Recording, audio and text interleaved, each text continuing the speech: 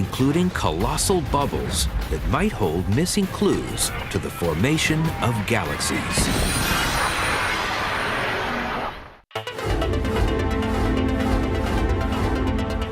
The universe is packed with monstrous things. Researchers have recently discovered giant clouds of gas that resemble something out of a horror movie. These mysterious objects are called Lyman alpha blobs. My personal favorite biggest objects in the universe are the Lyman alpha blobs. An unpredicted, unexpected phenomenon where you're catching a galaxy in the first phases of its formation and collapse. A Lyman alpha blob is very much like this expanding soap bubble. Except in the case of the soap bubble, it's the air which is making it fill up. A Lyman alpha blob is expanding because of heat. A lot of energy has been injected into this gas to make it heat up. And when you put all that energy into a gas, it inevitably tends to puff up and expand exactly like an expanding bubble. In the case of a Lyman alpha blob, it's being puffed up by heat and maybe also by the ultraviolet radiation from the newly formed stars. The largest known Lyman alpha blob is a colossal amoeba-shaped structure that resembles a giant green jellyfish. It's 200 million light-years wide and is located in the constellation Aquarius. When we're looking at the Lyman alpha blob, we're seeing gas that's sort of spread amongst these very first stars and galaxies.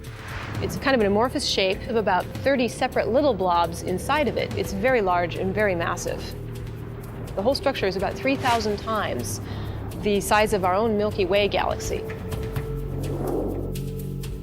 The Keck and Subaru telescopes in Hawaii contain special filters that are able to see this faraway blob, which spreads out along curvy tentacles. Scientists estimate that the largest Lyman alpha blob was formed about 12 billion years ago, almost 2 billion years after the Big Bang. The observational technique we use to see that gas, it refers to a very specific color of light, emission of light that's called Lyman alpha. So you hear a phrase Lyman alpha blob because if you take an image of the sky through a filter that gives you only that Lyman alpha light, that very special wavelength of light, you'll see a little blob on the sky. Lyman alpha blobs are perhaps precursors to the galaxy clusters we see today. Within these gigantic bubbles may exist cocoons that will one day spawn new galaxies.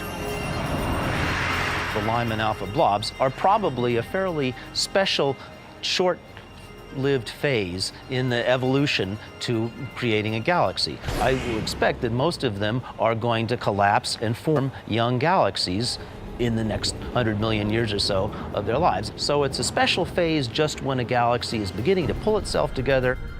The search of the universe for Lyman alpha blobs is just beginning.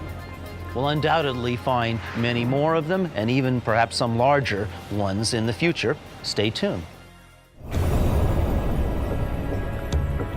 Lyman alpha blobs may hold the answers to the formation of individual galaxies, which are gravitationally bound systems containing stars, gas, dust, and dark matter.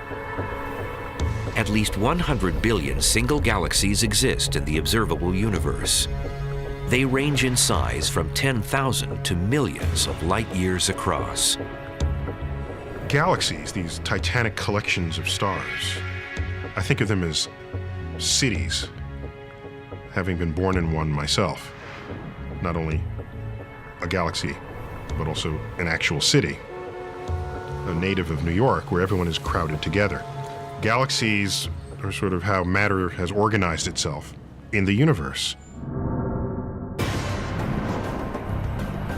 In the competition for largest single galaxy in the universe, sizing up a winner is challenging. The problem in saying what's the largest galaxy is in deciding where they end.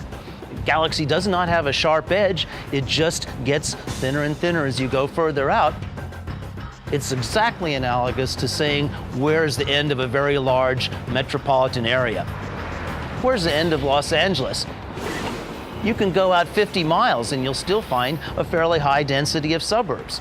The suburbs of a big galaxy like the Milky Way extend out very, very far, more than 100,000 light years. And with a giant galaxy, those suburbs extend out hundreds of thousands of light years. Since scientists can't determine a clear winner, several galaxies share the title as biggest. They're called cluster diffuse, or CD galaxies, and they sit in the centers of rich clusters of galaxies. If you think about the cosmic web as being sort of like a three-dimensional spider web, well, then the spiders lurking in the middle of the web are these monstrous CD galaxies, as we call them. These galaxies can have masses that are, in some cases, maybe 10 times or 20 times the mass of our own Milky Way. These CD galaxies are the largest galaxies in the universe. For example, IC 1101 sits in the center of a galaxy cluster called Abell 2029, and it's 6 million light years across. Compare that to our own Milky Way, that's 100,000 light years across. It's a really big galaxy. It's 60 times the size of our Milky Way. CD galaxies are elliptically shaped, as opposed to a disk structure like our Milky Way. This is because they've achieved their size by bulking up on other galaxies through galaxy mergers. You may have heard the phrase galaxy cannibalism, where one galaxy eats another.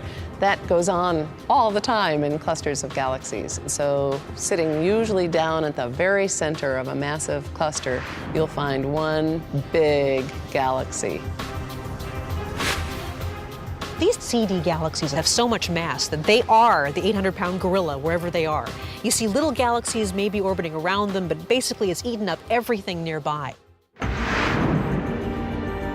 The largest galaxies may be 6 to 20 million light years across.